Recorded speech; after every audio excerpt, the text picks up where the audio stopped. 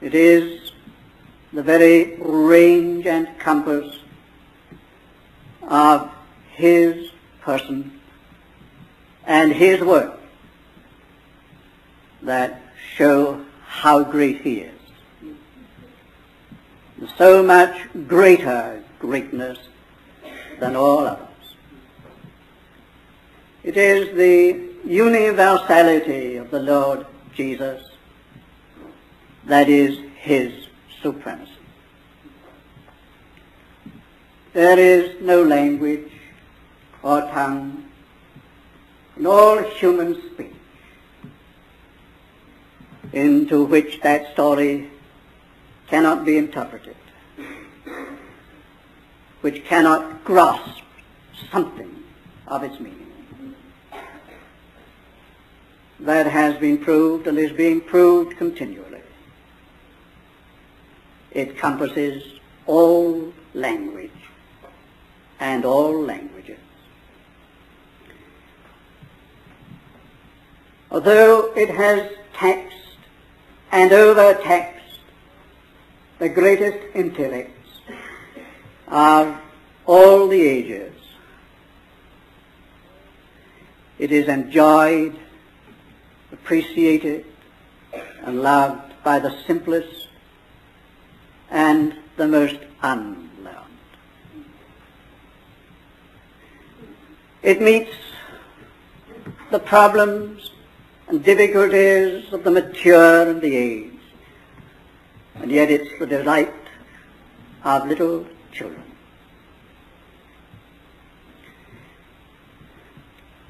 Of all the various temperaments into which the human race is classified, there is no temperament that does not find in him something to meet its own peculiar problems and demands.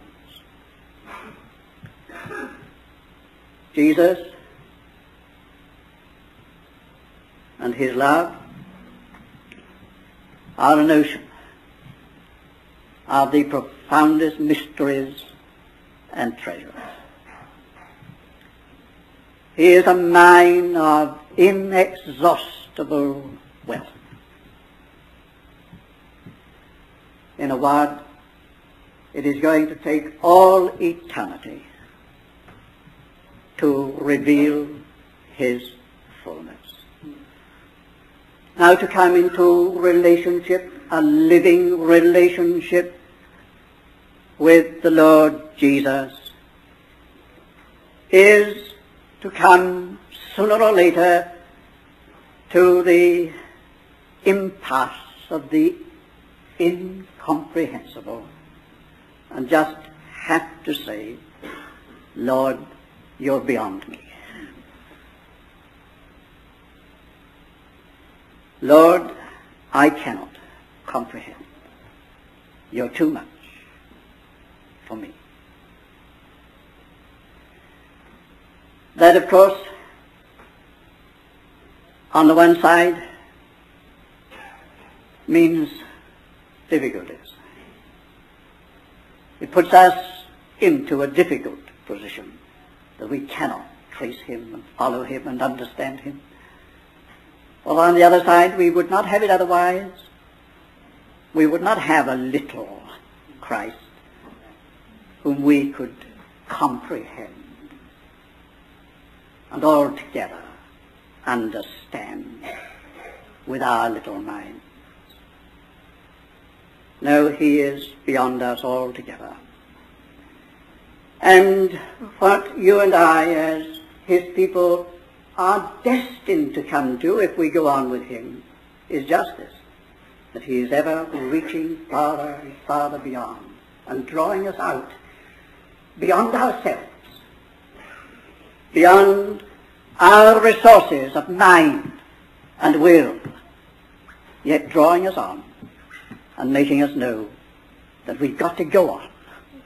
We just cannot stand still. We've to go on. Now, dear friends, the Bible rests upon one tremendous affirmation. upon a truth which it affirms in 1,000 different ways. And that truth is this,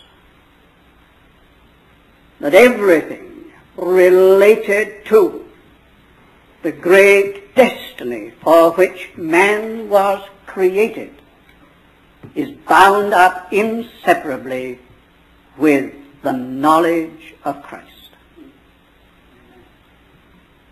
I say that you have two tremendous things there.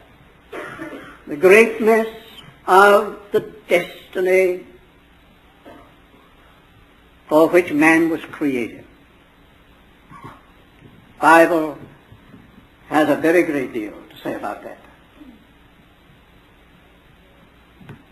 That destiny, that great divine purpose in creation, demands for its realization the knowledge of Jesus Christ.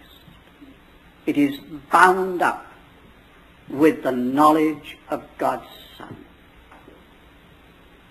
Within that compass of divine purpose, we have man's creation, man's redemption and salvation, man's transformation, man's glorification, and then man's eternal vocation. These are all features of the great purpose of man's creation. I repeat them. Salvation, transformation, glorification, and eternal vocation. All that rests upon the knowledge of Jesus Christ.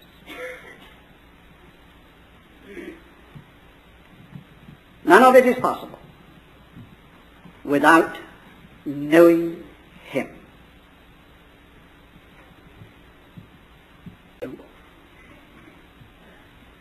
The mark of spiritual growth, the growth of the spiritual life, is this power to recognize the meaning of Christ,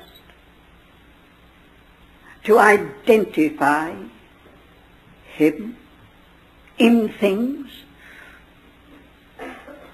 to interpret Him, the power to interpret Him, to explain Him, and then to apply Him to practical situations, our own and others. That is knowing the Lord.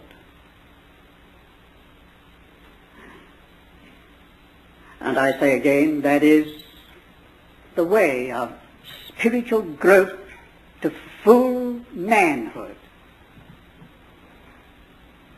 to the fulfillment of the ultimate vocation. And let it be recognized at once that what is true in the natural is true in the spiritual in this sense, that no creature is born into this world without an object. No human being, if any other, is brought into this world without an end in view. And the end is vocation.